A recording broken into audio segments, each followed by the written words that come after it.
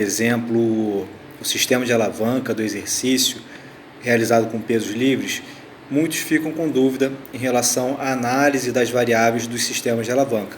Então, o que a gente deveria analisar seria, por exemplo, o BR, o BP e o eixo desse sistema de alavanca, que são três variáveis que compõem o sistema de alavanca. Então, braço de resistência, o braço potente e o eixo dessa alavanca. Então, quando a gente transfere essa análise para o corpo humano, por exemplo, a gente vai ter a haste rígida, que seria o osso, a gente teria o eixo, que seria a articulação, e nesse exemplo aqui que eu estou colocando, a gente teria outra haste rígida aqui. Então, esse é um exemplo clássico do rosca direta ou do rosca bíceps, que a gente vê muito nos livros. Então, a gente teria esse osso, ou essa haste rígida, que nesse caso seria o húmero. A gente teria esse eixo, que nesse exemplo seria a articulação do cotovelo. E a gente teria essa outra haste rígida, que nesse exemplo aqui seriam os ossos do antebraço. Então, aqui a gente já localizou o eixo, que seria a articulação do corpo humano. A haste rígida seriam os ossos.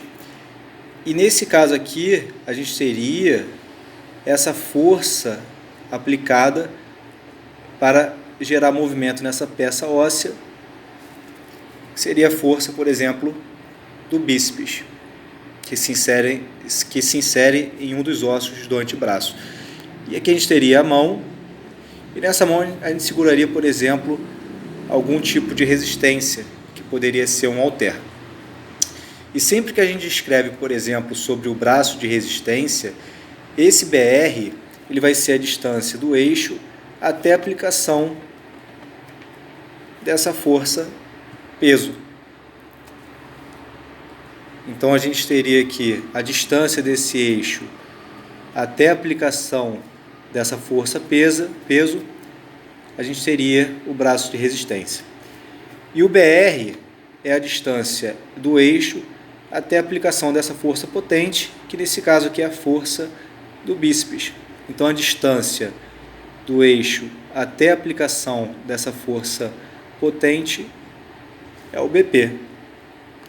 Então, olha só que coisa interessante já. Aqui a gente já identifica que nesse exemplo, o braço de resistência, o BR, ele é maior do que o BP.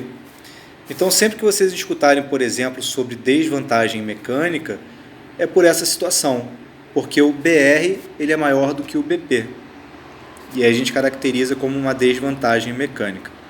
Então, aqui a gente está reforçando o eixo, a aplicação dessa força potente, né, que seria a força da contração muscular, por exemplo, que seria gerada pelo bíceps, a distância do eixo até a aplicação dessa força potente, a gente vai ter o BP, que seria esse aqui, e a distância do eixo até a aplicação dessa força peso, a gente caracterizaria como o BR, que é o braço de resistência. E nesse caso aqui, a gente tem uma desvantagem mecânica,